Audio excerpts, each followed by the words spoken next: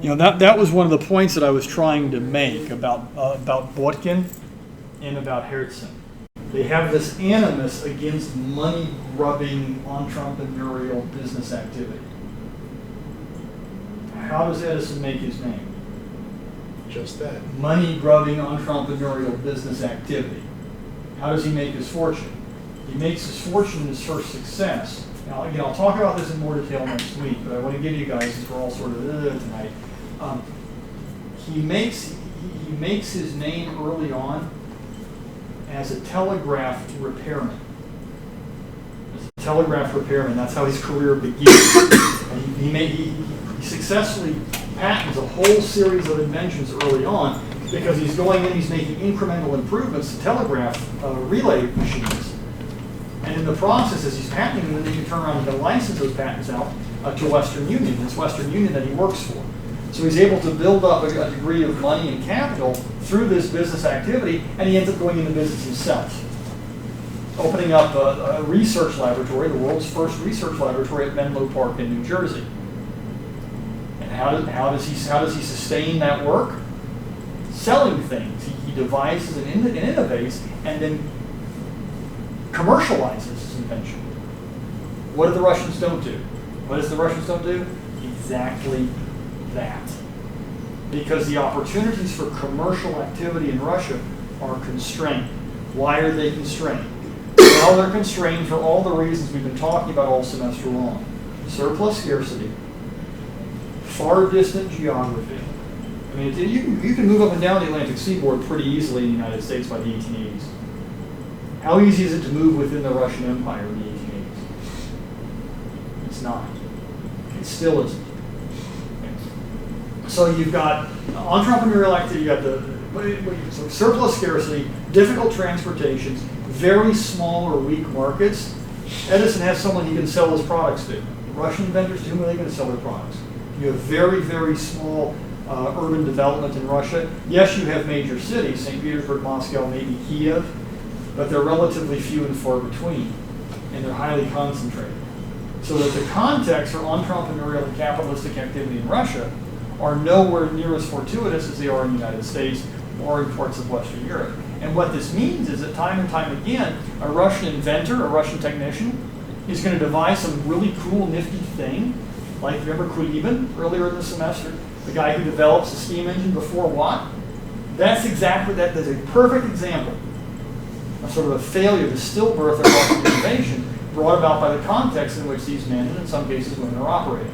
Same thing's going to be true during this very critical period, 1870 to about 1900. But I'm getting a little bit ahead of myself. What we need to talk about before we get there, and I don't have photos for you guys or images to look at here for a few minutes. In order to get to that point where the Russians can begin doing that, I need to talk a little bit instead about the foundation here of what I refer to as the knowledge economy, because Edison is an example of someone who's going to derive a great deal of benefit out of that. Because information, technical and scientific information, is flowing far more freely in the United States than it would in Russia during a comparable period. As Western inventors and entrepreneurs, as press individuals, with things like Die Gartenlaube, they're establishing information networks and institutions that are going to gradually transform the late 19th and early 20th century. Members of Russian state and society are laboring to establish their own Russian knowledge economy. And the foundations for this date back to the period of the Great Reforms and that policy of glassness that I talked about last time. Launched under, it's a formal policy. It's not like the military statute or the university statute or the Zemstva statute. It's more of there's not a glassness statute. But it's a general policy of relaxed censorship as a way of trying to encourage members of the educated Russian public to think for themselves.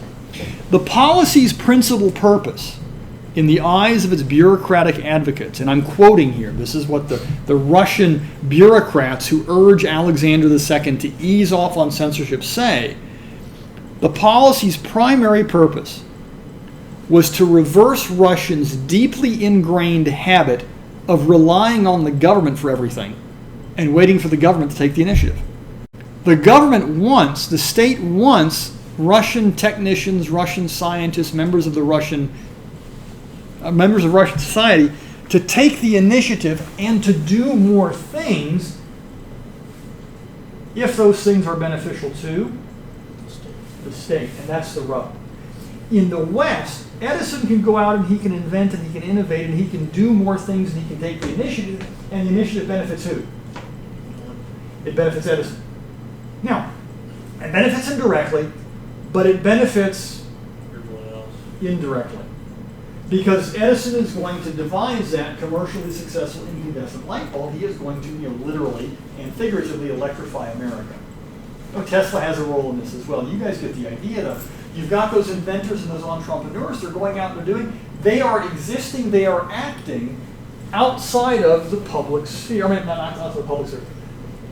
They are acting and they are engaging outside and beyond the grasp of the state. Now, that's not to say that they're acting in a libertarian capitalist paradise. There are still state regulations, there are still government regulations, but those are far, far less onerous, far less intrusive than what we've seen so far with the autocracy. That's the point. So the great reforms in glasnost are designed to encourage Russians to think for themselves. Well, but, obviously without infringing upon autocratic prerogative. Now, one of the key features of glasnost included in loosening control over information and loosening control over the public expression of private opinion. In the aftermath of the great reforms, there's going to be more access to foreign publications.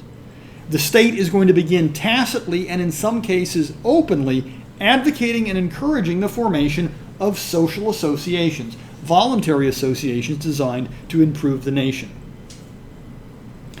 The preliminary censorship that had been introduced under Nicholas I came to an end. Manuscripts no longer had to be approved by state censors prior to being published. You could now publish increasingly things in newspapers and journals. Now, did that mean censorship had ended? Oh no, it doesn't end. Instead, you're sort of left on your own device. Okay, editor, you're going to have a little bit more leeway to decide what can and can't be published. Now, if you publish something that runs afoul of state censors, you're going to be punished retroactively. Okay. But you don't now have to send everything to the state in advance and get prior approval. So you're going to open this up. You cultivate maybe some degree of responsibility. But why? Why does the state do that? Well, in part because bureaucrats and the czar want greater initiative. But there's another problem. Remember, the great reforms, the emancipation of the serfs, are all designed to do what? What spurs this moment of reform? It's not a rhetorical question, I'm asking you. Why do we have great reforms? Why are the serfs emancipated? Because of public opinion. Russia's backwards. Russia's backwards. How do we know Russia's backwards? Oh, because they lost the war against the French troops. They're crushed in the Crimean War. It's a clarion call to the state. We have to have reform. The Russian military is behind. Russian communications, Russian transport, Russian industry, Russian engineering, everything is behind. Well, if you want to improve industry, you want to improve communications, you want to improve transport, you want to improve engineering, you want to improve the university, you have to have access to information. Information coming from? Outside sources. Meaning? Europe. Europe and the United States, but especially Europe. You have to have access to information. That's what's at the heart of glasnost. You have to have access to information because where are these ideas coming from? Many of them are coming from abroad. We're going to see our Russian inventors next week. They're inventing in part because they're inspired by things they're learning about coming out of Europe. Yes, sir? Didn't Germany do the same thing too? We're going to talk about Germany. Germany's a special case. We're going to talk a little bit about Germany next week. The Germans are going to be able to develop sort of this corporate state cooperative arrangement that one Russian minister is going to want to copy. But we're going to get to that next week. That's a good question. Very good question. Another one of the problems that the state has, and one of the reasons why preliminary censorship ends, because all of a sudden in the aftermath of the Crimean War, I just talked about the spread of the periodical press in Europe. You want information to come into Russia? How in the world are you going to censor all of this given the flood of publications that are now available in the West? If you're going to keep up with that information, you've got to keep up with the ability to bring it into the country. Between 1856, the year in which the Crimean War ends, and 1861 alone, 5-year period after the Crimean War, between the Crimean War and emancipation, in that 5-year period, 162 new periodicals appear in Russia. That's 10 times more than had appeared in the previous 5 years. Vast increases in the flow of information. Glasnost is going to be an important foundation to the development of an emerging knowledge economy. One of the things that's going to emerge as well along with this knowledge economy are going to be advances in the training and in the kind of person that you want serving the state. And as the 19th century advances toward its second half, the Russian state and Russian society wrestle with the changing circumstances that are going to be fostered by an increasingly educated, diverse, and socially engaged population within the empire itself. The traditional social hierarchy, based upon prescribed estates and ranks, created by the autocracy to serve its own needs, the table of ranks of Peter, that's going to begin slowly giving way to a more fluid social order, born of the dynamic transformations that accompanied industrial modernization. If you want this industry, if you want the engineers, you have to have trained experts. Technical experts, students, educated professionals. Together with subjects engaged in private industry and commerce, these are going to begin emerging in the 1860s and the 1870s as new Russians. They begin to take shape only really in the aftermath of the emancipation. There's an example here of a trailblazer, and I want to step back and talk about this fellow for a minute, because he really does exemplify, how do I turn that? I want to undo AV mute. There we go. He really does exemplify the growing importance of technical skill and its value to the state. A fellow by the name of Pavel Melnikov. Here he is here. He exemplifies the increasing importance of technical expertise to the administration of the imperial state in the last half of the 19th century. He was the son of an ennobled state servitor. He's going to... hold on a second. Get that off. There, that's better. Sorry about that. He's the son of an ennobled state servitor. He completes secondary school in Moscow, and he enrolls in the St. Petersburg Institute of Transport Engineers. There he concentrates on the study of construction technologies, transportation structures, and steam engines. He graduates at the top of his class in 1825, and he teaches at the Institute for a decade, before later going on to the St. Petersburg Artillery School as a professor of applied mechanics. In 1833, he writes the very first Russian text on railroads. He's a railroad engineer.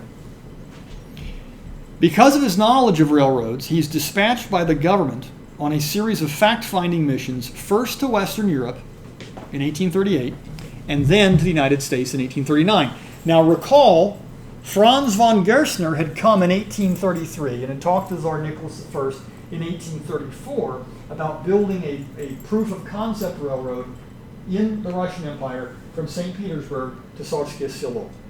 That railroad opens in 1837. When is Melnikov being sent abroad? The next year. Nicholas I, the obscurant conservative czar, recognizes the value of railroads. It's not that he's conservative and wants to stop this. He wants the railroads. They're going to send Melnikov, arguably the empire's greatest native expert, abroad to study European and American developments. Melnikov is going to come back from abroad full of great ideas and enthusiasm for the future of Russian railway. The time that he spends in the United States is particularly influential. Specialists there are going to convince him that for a huge continental country like Russia or the United States, the only feasible solution to establishing transportation networks was to build them on credit.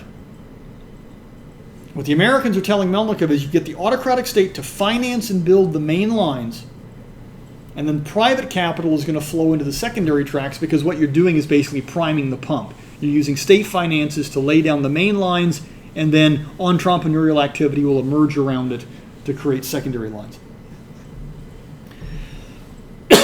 It is Melnikov, thanks to, he's introduced to a well-connected member of the state council. And this is going to lead him, because he's got an in now, he gets an audience with Nicholas I. And Melnikov is going to help convince Nicholas I to move forward at state expense with the construction of Russia's second railway, a railway from the capital of St. Petersburg to the city of Moscow. It's going to be developed between 1841 and 1851. This is the first Russian rail line planned by Russian engineers and built with Russian-made rails. The Petersburg-Sarsky Selo, that of course was Gerstner, the Austrian, largely using foreign materials and foreign expertise. Because of this experience, Melnikov is going to be named to a special committee that oversees the railway's construction. He personally directs parts of its construction. And in 1862, he's entrusted with managing the railway. In 1866, he is appointed Imperial Russia's very first Minister of Transportation. And this sort of culminates this trailblazing engineer's remarkable career. What we're going to see transpire now in the years that follow, the 1870s and the 1880s, is that professional engineers like Melnikov are going to occupy increasingly influential government posts, and they're going to do so in increasingly large numbers. What we see emerging as a result of the spread of education and the need on the part of the state for practical knowledge is the interjection into this otherwise largely ossified traditional state bureaucracy of an increasing technocratic element. Engineers like Melnikov are different than earlier state servitors. Those old landed gentry, maybe the very wealthy who are serving at court, serving at the bureaucracy. What makes Melnikov and these technocrats different? Well, their training brings them into regular contact with foreign ideas, foreign practices, and foreign colleagues. These men embrace professionalism. They embrace internationalism. But there's something else that they do. There's something else that Russian engineers do that are a bit peculiar. To whom does Melnikov owe his position? The state. Melnikov is loyal to the state. And that's going to be one of the general characteristics of Imperial Russian engineers, because their positions are held at the pleasure of the autocrat. They tend to be loyal supporters of the autocracy. Now, it doesn't mean that they're unthinking and uncritical, mind you. But they tend to be patriotic. These technical experts tend to be patriotic. Democratic sentiments, calls for reform, calls for a widening of the franchise, for loosening the ties of the autocracy, do not come from professional engineers like Melnikov. Those calls are going to come from a different kind of technical expert. They're going to come from factory managers, and they're going to come from a group that we are going to refer to beginning next week as practical engineers. It's a Russian distinction. They're called the praktiki. So you can have a professional engineer trained at university, got an engineering degree, as opposed to a factory manager or a practical engineer who has probably gotten his education not from a university and an engineering academy, but rather through something called a polytechnic institute. I'll talk more about this next week. Okay? But there's going to be a division between men like Melnikov, professional engineer, and the practical engineers, or the praktiki, that are going to emerge in increasing numbers in the 1870s and the 1880s. State engineers like Melnikov believe that the government and its agents, in other words, them, should assume responsibility for developing natural resources, as well as for planning and constructing communication and transport networks. Their education and their careers fostered a belief that technology was the solution to social problems, and that their knowledge and expertise should be put to work in service to society. Here's one of the curious things about men like Melnikov, these professional engineers. Where you might have engineers in the United States in the 1860s and the 1870s, where did those guys get their degrees?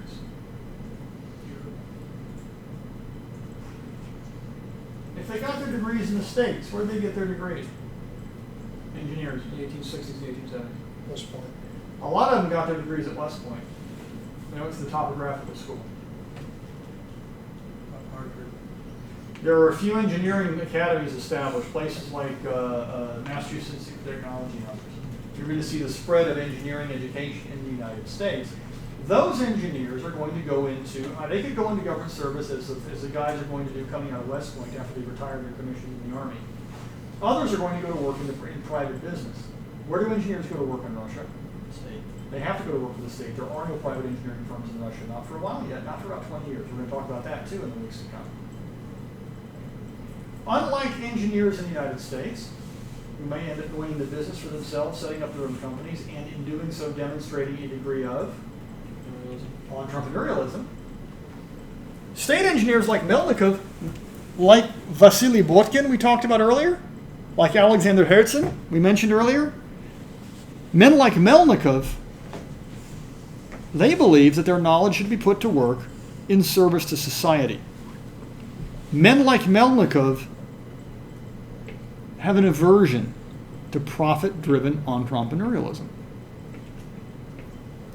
They consider private enterprise inherently exploitive. They consider the policy of laissez-faire, buyer beware, the market economy, not only false, but immoral. Your knowledge should be put to use serving the public, i.e., the state. Now, Melnikov can be enthusiastic, and these engineers can be enthusiastic about Western technology. But many of them, Melnikov included, resent foreigners' influence in Russia. Melnikov disdained von Gerstner, that Austrian engineer who oversaw the Petersburg-Tsarskoye Selo Railway. He regarded Gerstner as merely the first in a series of money-grubbing foreign experts looking to exploit Russian backwardness to line their own pockets. So what we're seeing here is a marriage in the 1860s, a marriage of technocracy and state power that's going to accompany the rise of professionally trained Russian engineers. If this is going to exert a powerful cultural influence on the subsequent development of Russia and Russian technological culture. This faith in the unique ability of a centralized authority to master the challenges posed by technological change, to direct the process of modernization, is going to dominate official Russian culture in the last half of the 19th century. And that tendency, that belief, is going to survive years of war, revolution, and civil war between 1914 and 1922. It will reemerge, this idea of a technocratic technology and technocracy and state power is going to reemerge in the 19-teens and the 1920s in the new Soviet Russia. But that's another class. That's another class. So men like Melnikov are a product here of the transformations that are gradually underway as Russians are trying to respond to the growth of technical and scientific progress in the West. He represents here, through his training and education, one of the fruits of an emerging Russian knowledge economy, but that's not the only thing that's emerging at this time. At the same time that the state is pursuing a policy of glasnost, I mentioned as well that in the post-reform era, the state is also cultivating professional and learned voluntary societies, encouraging them to engage in technical and scientific pursuits. This too is going to be a milestone that marks Russian culture in the aftermath of 1861. Now, state-sanctioned voluntary societies were not unknown in Imperial Russia. I've mentioned one already, although you probably have forgotten about it. It emerged under Catherine II. The very first one was something known as the Free Economic Society. Right, an association founded at Catherine II's behest to investigate new agricultural techniques and to stimulate the rural economy. Other groups arise, sort of hit and miss subsequently. During the reign of Alexander I, we see the emergence of groups like the Physics and Medical Society, the Society of Naturalists, the Society of Friends of Russian Literature. All of these emerge around Moscow University between 1804 and 1811. Why then? Because that marks a period in which Alexander I is expanding educational opportunities at Russian institutions. These early societies tend to be very poorly attended, and they suffer from not having publication outlets. Okay, what they mainly exist to do is to familiarize Russians with what's going on in Europe. Under the policy of glasnost, the number of and activities of Russian voluntary associations expands greatly. New organizations are going to emerge, engaged in a wide variety of interest. The Society of Russian Physicians, established in 1861. The Juridical Society, 1863, right, in accordance with the judicial statute. The Society of Friends of Natural History, Anthropology, and Ethnography. The Moscow Archaeological Society, just to give you guys some examples. In support of their missions, almost all of these associations publish regular journals, they organize informal meetings and official ceremonies, they subsidize research, and they work to popularize technology and science by sponsoring public lectures, symposia, and exhibitions. What they're doing is they're taking their knowledge, and they're not just keeping it behind the ivory tower of the academy. They're taking that knowledge and they're trying to bring it to the growing body of the Russian public. And they're doing so through the spread of the press, newspaper outlets, and journals. They're publishing their findings, they're being given an outlet for that, and this is gradually educating Russians to the things going on, not only in the country, but around the world. Of all the new associations that emerges in the aftermath of the Great Reforms, the most important is a society known as the Russian Technical Society. The Russian Technical Society. Now here you see a picture. Goodness gracious, if it wasn't for the fact that I told you what it is up top, and that we had the Russian scroll on this, if I took that off, you could look at this and say to yourself, oh, that could be Britain in 1868. Right? That could be Prussia, that could be Berlin in 1868. Here are our Europeanized Russians. The Russian Technical Society was the most prominent of the new associations. It was founded in the spring of 1866, chartered by the Ministries of Finance and Internal Affairs. So it's a society that emerges from the outset with state support. Who are its members? Engineers, scientists, other members of the expanding technical, what we kind of call the technical intelligentsia. Think of Melnikov. We just talked about our friend Melnikov. Its mission was to raise the level of technological literacy across the empire.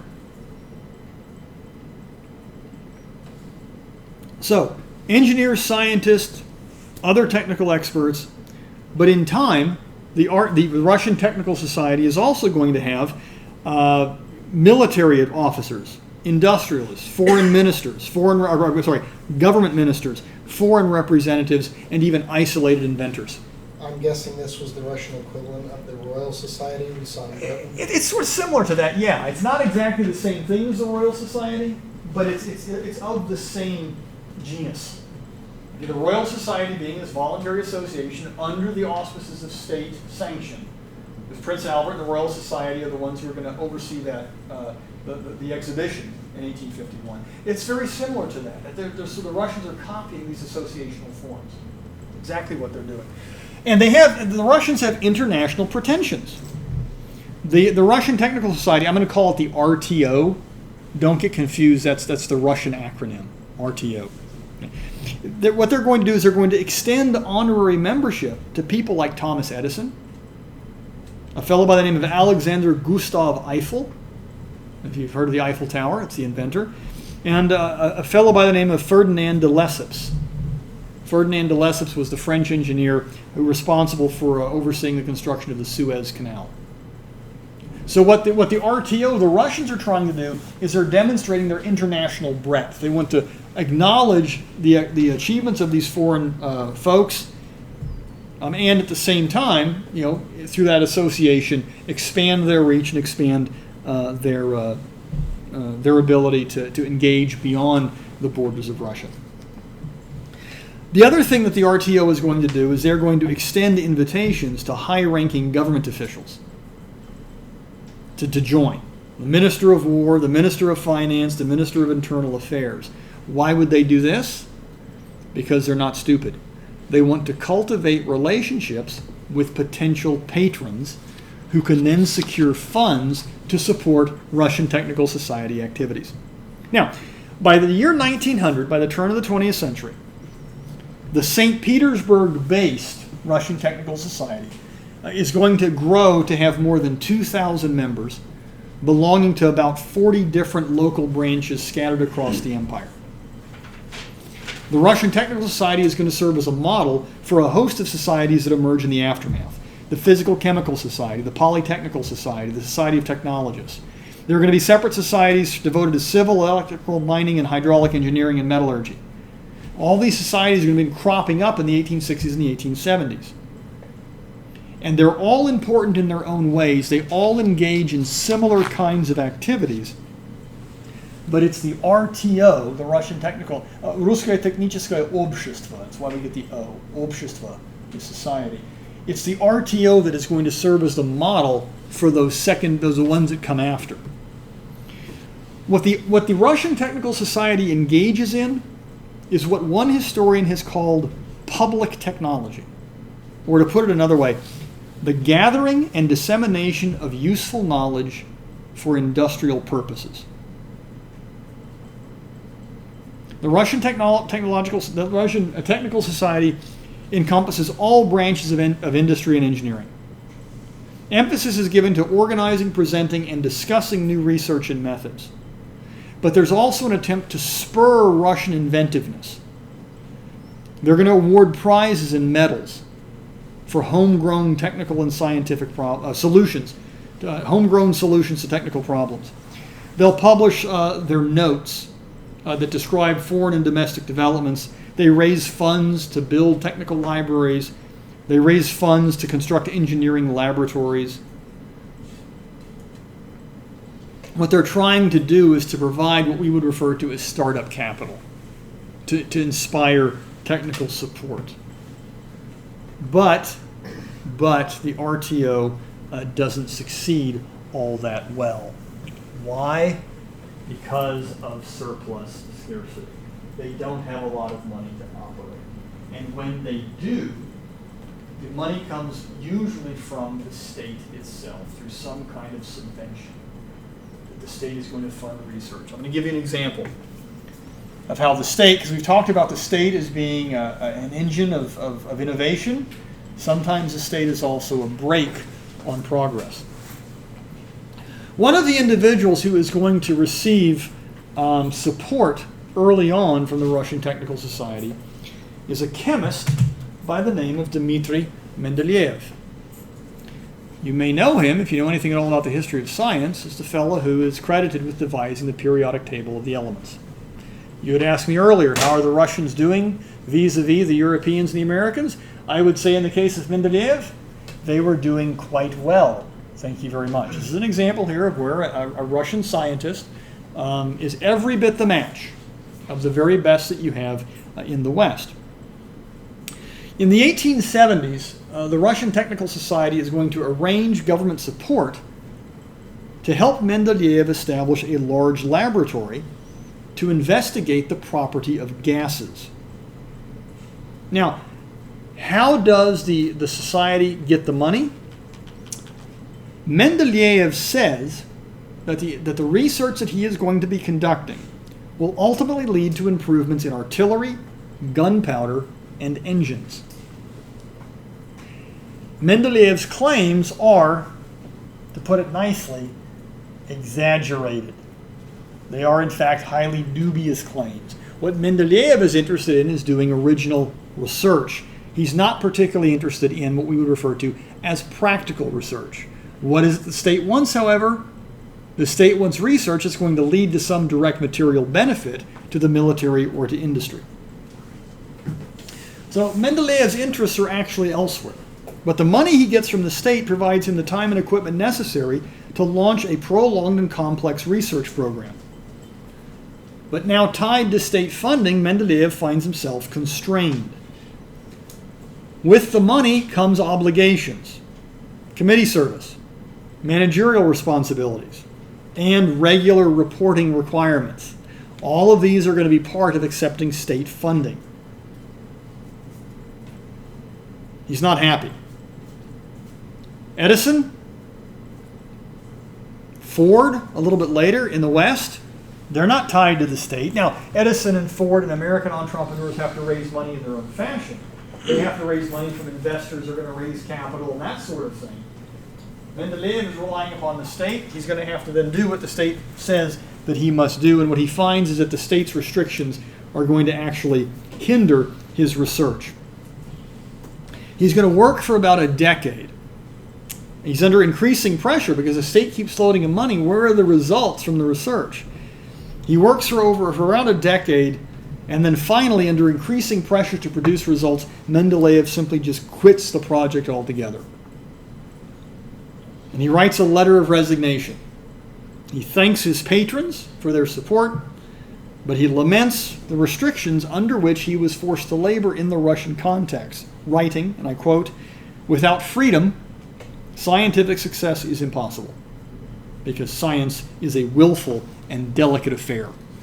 Mendeleev wants the freedom to follow wherever the science leads him. He feels constrained by the requirements the state has imposed upon him to follow a research protocol and to report back on it. By and large, the Russian Technical Society's efforts to promote original research after the fashion of that pursued by Mendeleev, generally they're unsuccessful. Where the Russian Technical Society has success is in its efforts to broadly popularize science and technology. They're able to build upon a growing public interest in Western discoveries and devices. And remember, these things are arriving now in Russia in the newspapers and the press. They're also going to begin arriving in the actual living, or not the living, but the actual machines themselves, as we're going to see beginning next week. The Society sponsors open lectures and exhibitions aimed at deepening public understanding of the changes that are sweeping the continent. They have programs focusing on chemistry, physics, biology, and other natural sciences. These are regular features of RTO activities.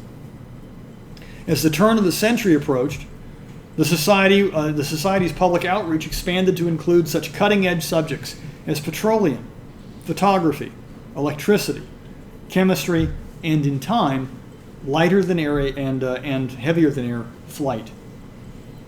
The Technical Society worked to combat widespread illiteracy and innumeracy. You don't want this in an emerging industrial society. You need workers, you need engineers who are literate. Russia doesn't have enough. With the blessing of the government, in 1870, the Russian Technical Society opens a new technical vocational program. It's designed for workers employed by the St. Petersburg-Warsaw Railroad. And they begin training the workers how to read and how to write. And in time, what the RTO is going to do is they're going to open up dedicated schools that train construction foremen, electricians, printers, mechanics, and other factory specialists. These are the men and in time the women who are going to form the ranks of those practici, those practical engineers. What we would call this really is a vocational thing. And this, ladies and gentlemen, is something Russia desperately needs in the 1870s and the 1880s. Because funding for education is so poor, there are so few people relative to the population as a whole going on to anything beyond a rudimentary education. And most of them don't even get a rudimentary education at this point. All of those recently freed serfs out in the provinces, are they reading and writing? Not yet. It's only going to be really in the aftermath of the 1870s and the 1880s as the zemstvas that we talked about, agronomists and teachers begin heading out into the provinces trying to train them and that sort of thing. So the activities of associations like the Russian Technical Society, along with the expansion of public press outlets, these are clear indications that something is different now in Russia. in the aftermath of the Great Reforms. These are institutions that simply did not exist in any meaningful way in Russia prior to the 1860s and 1870s. And they are signs of the growing emergence of what we can identify as a Russian public sphere, corresponding with public opinion, corresponding with ideas of a public life that is separate and independent from the state. Does that make sense? Like you would have in the United States at this time. You have it. You obviously have political parties in the United States, but that has to do with government. But you have voluntary associations, free associations that exist independent of any state authority. The RTO, we said, was established sort of on the impetus of the state. Its meetings, from time to time, will be attended by members of the state police. They will listen in, they will take notes, they will pay attention to what's going on, so it's not entirely free, but the creation of societies like this, the spread of the press, is going to begin inculcating values and mindsets that we associate with the public sphere. The Russians refer to that as общество. Общество. Okay? What we would call civic association, civic life, общество. And the sensibility that goes along with it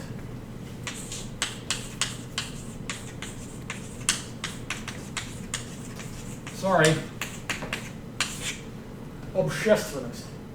Общественность. It means civic mindedness. Civic mindedness. Okay? The sense that you are engaged in the public sphere, doing good for the betterment of society, playing an active role, thinking, contributing, preferably independent from any state authority. That is gradually now beginning to emerge in the aftermath of the Great Reforms. New voluntary associations, of course, operated under the watchful patronage of the state. I just said, gendarmes routinely monitor official publications, they attend their meetings, they take notes.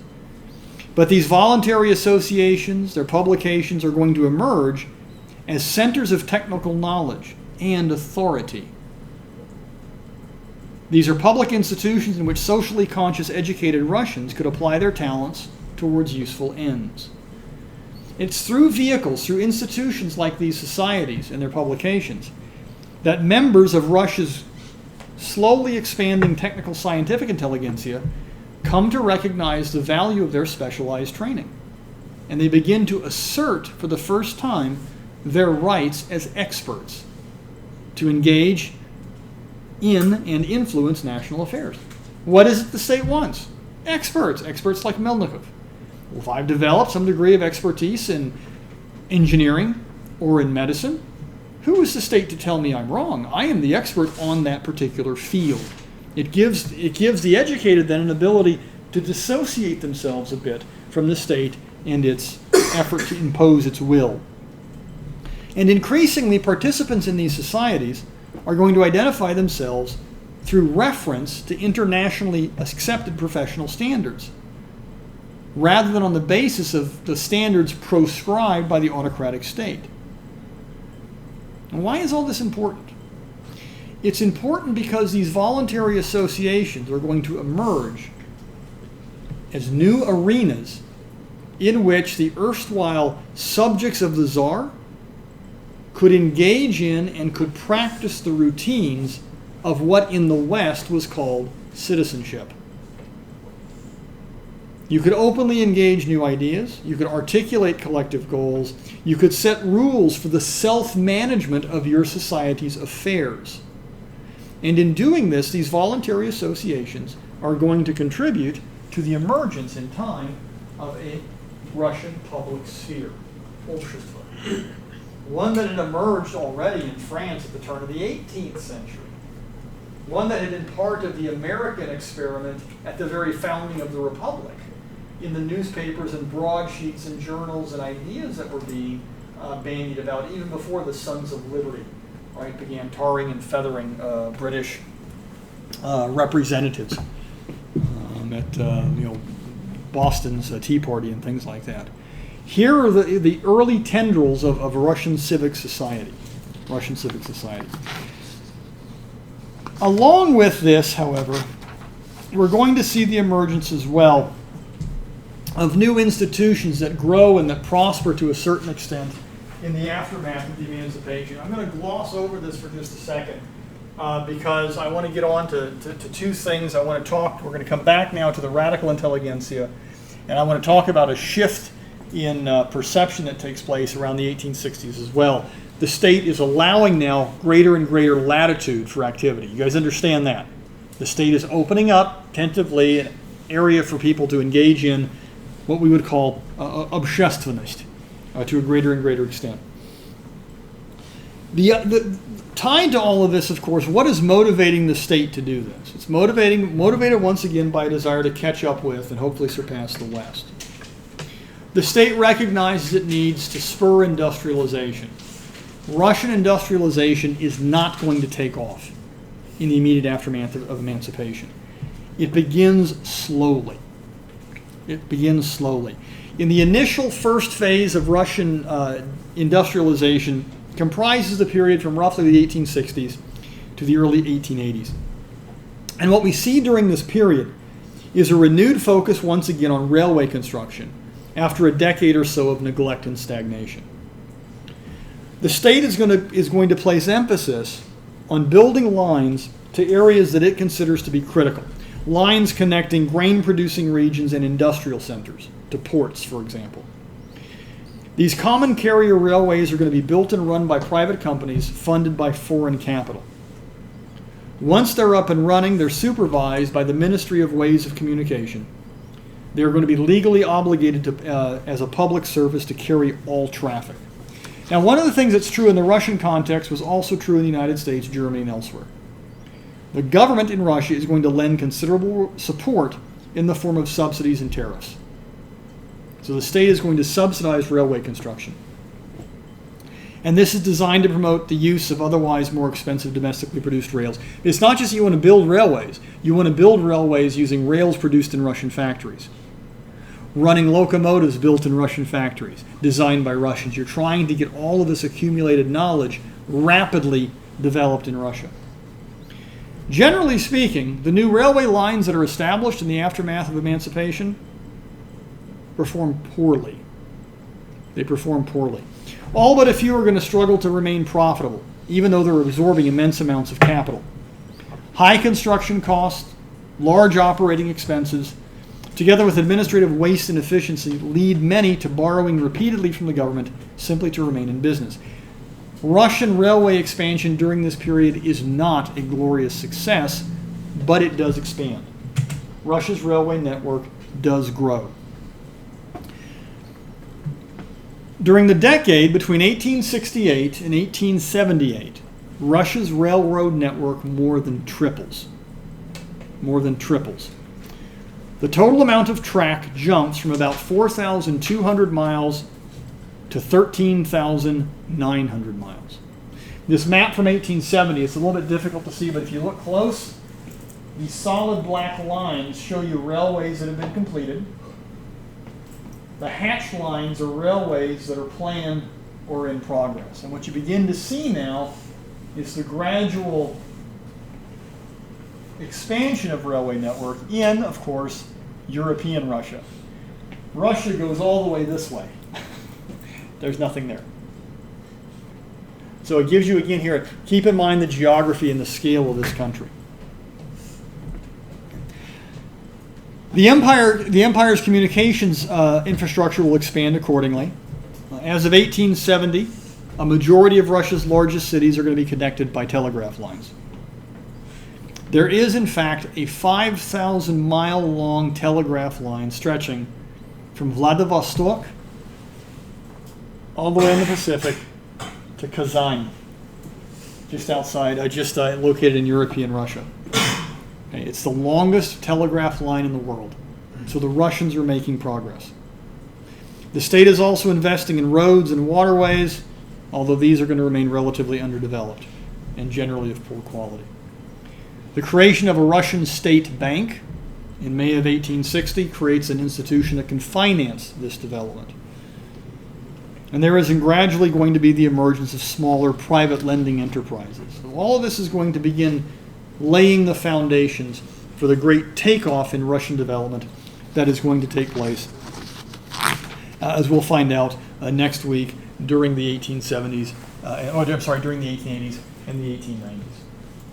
Okay, so Russia is beginning to lay the foundations for what is going to be future industrialization.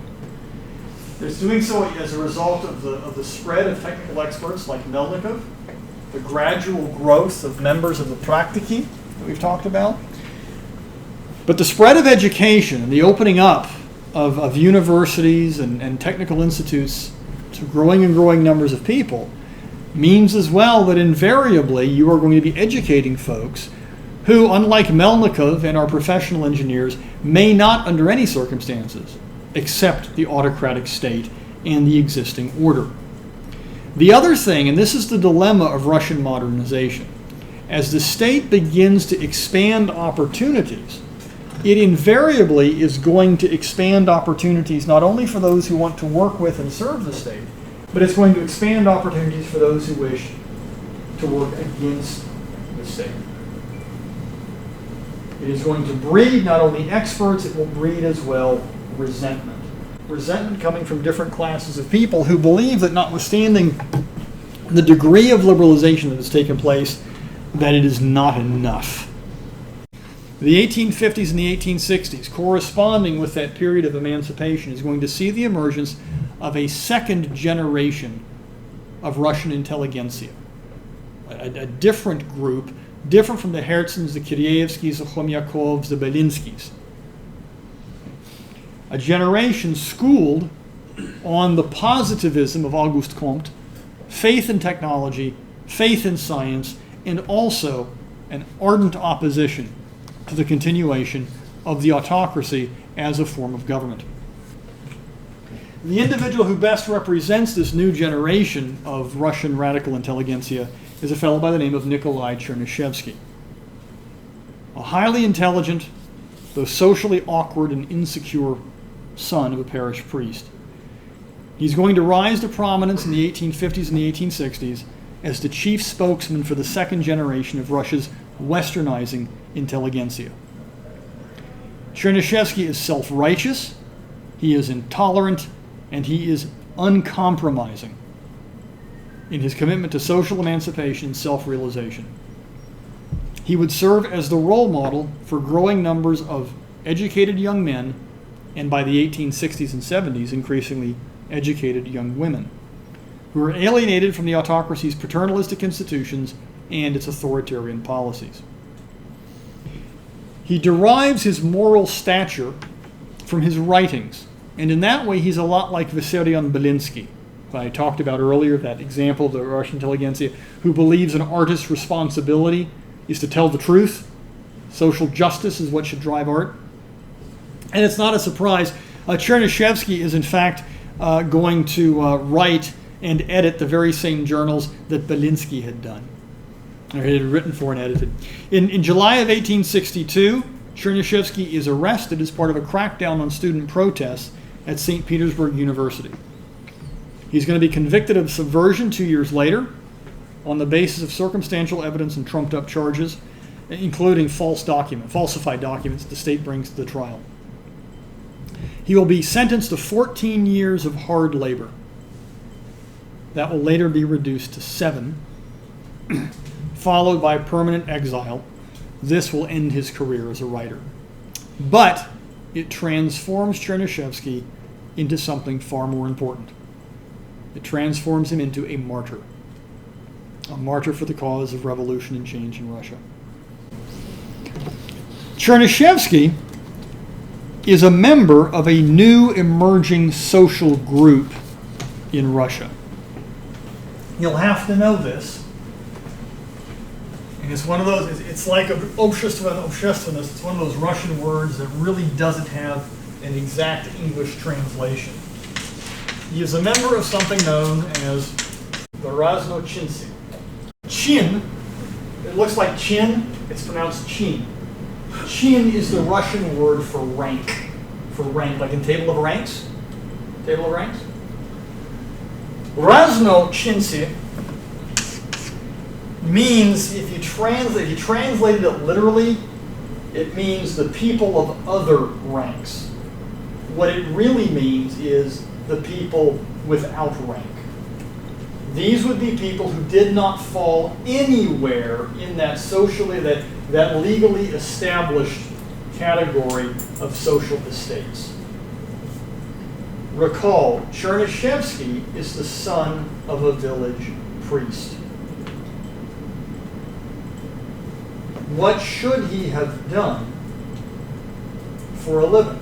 Gone to a monastery and done the same thing. He should have been a priest, because that's the way things have been done traditionally in Russian history, dating back a long, long time.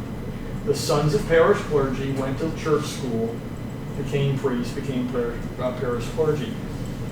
As university and other educational opportunities gradually open up, it becomes possible for people to break out of those molds. And those who do come to be known as Raznochinsi.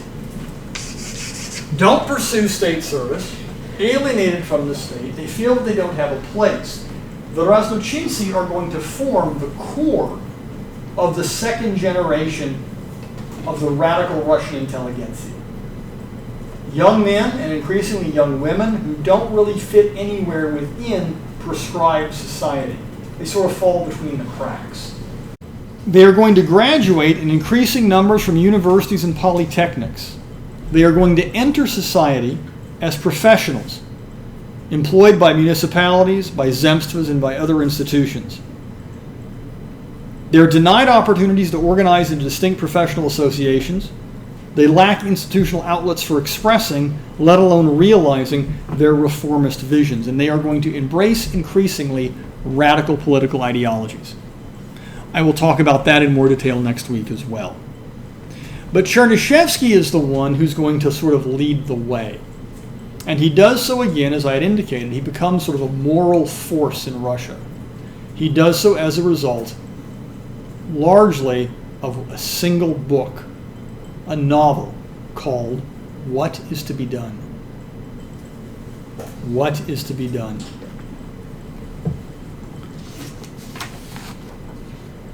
It appears in 1864.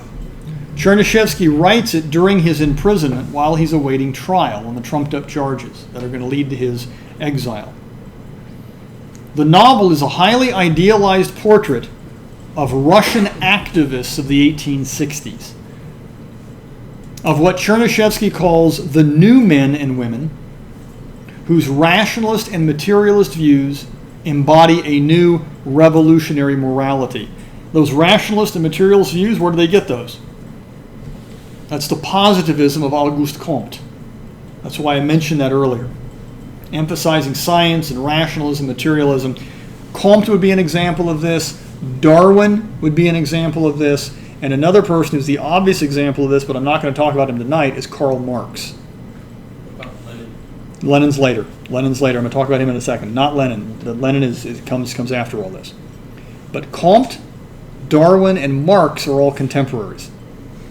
Okay, and they're all, after their own fashion, materialists.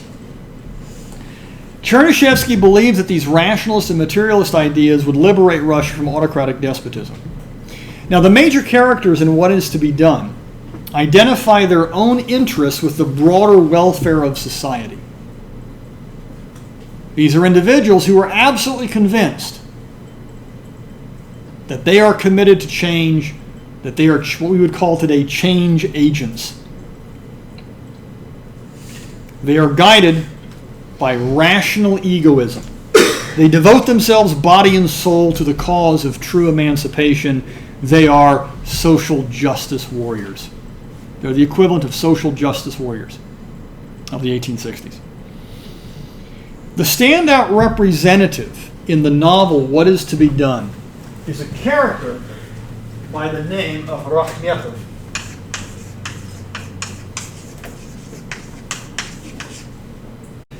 He's the most celebrated hero of the novel. His single-minded devotion to the cause reveals his superior nature, according to Chernyshevsky. He has gentry origins, but he is an exceptional man. Why? Because he is intimately familiar with the sufferings of the narod. Now, this is 3 years after emancipation. Emancipation hasn't changed all that much. We talked about that the last time. How has Rakhmetov come to know the sufferings of narod? Because he himself has traveled across Russia by foot. He works in lumber yards. He quarries stone. He hauls barges, right? As a burlak. We talked, remember the barge haulers? And he's preparing himself for the coming revolution in Russia by eating raw meat and sleeping on a bed of nails. The future that Rakhmetov and his revolutionary comrades in the novel aspire to is symbolized by the Crystal Palace. The building is the centerpiece of the novel's famous culminating passage called Vera Pavlovna's Fourth Dream, in which Chernyshevsky, in the course of writing this, describes Russia's technologically triumphant kingdom to come. Towering above resplendent fields with ripening grain, surrounded by orchards overflowing with lemons and oranges and other delicate fruits. A colossal structure built of cast iron and crystal and cast iron, provides a gathering place for inhabitants of a post-revolutionary paradise. They labor in the fields joyously all day long. Then they assemble inside after sunset and underneath electric lamps, bathed in a pale, soft, bright light, just like sunlight. Chernyshevsky describes how they dine and drink and dance and make merry, surrounded everywhere by walls, ceilings, floors, and furniture comprised entirely of aluminum. Why aluminum? It was very rare at the time. At the time, it was very rare. Very, very rare. It comes from bauxite, right? And it's only much later that the industrial production of aluminum from bauxite becomes possible. But it's considered to be one of the most precious of metals in the 1860s and 1870s. It is why the very top of the Washington Monument in D.C. is capped by a little aluminum pyramid. In this radiant and beautiful future, no one experiences danger or grief. There aren't even any bad memories. This is the vision of a future in which the last has become first. Agrarian Russia made, quote, prosperous, socially just, and on par with Europe. How? Through the application of technology to the peasant commune. This is a vision of a socialist Russia. Why am I telling you all this? Because I am not a sadist, and you would have to be a sadist to assign what is to be done. It is fricking awful. It may be the worst piece of literature written in the course of the 19th century. It is turgid, it is tendentious, it is clumsy. I wanted to claw my eyeballs out when I had to read it as an undergraduate. It is simply dreck. There's no plot, no unity of voice, there's no aesthetic sensibility. The only thing more remarkable than the fact that it appeared in print, because it's a revolutionary novel. Has this happened before? Yes, it has. Journey from St. Petersburg to Moscow. The Russian censors in the imperial period had this annoying habit of allowing really important things to be published they shouldn't have. This is an example of it. The only thing more remarkable than the fact that it was published is that it becomes immensely popular. It becomes almost a Bible, a catechism for that generation of young men and women. Radical young intelligentsia. They embrace the novel with a passion akin to religious fervor. Vladimir Lenin, the future leader of the Bolshevik Party, the founder of the Soviet Union, was obsessed with this book. He is said to have read the thing 5 times, cover to cover, in a single summer. And until his last days, was able to recite long passages of this book from memory. What is it that appeals to these young men and women? Well, Chernyshevsky was committed to realism and materialism, but the real pull of this novel comes from its spiritual and emotional appeal. for young men and women enthralled with Western positivism and progress, but embedded in the context of the Russian Orthodox tradition, the novel's many religious motifs and themes are going to prove irresistible. Rakhmetyev, the main character, is a modern form of the Orthodox saint, Saint Alexius.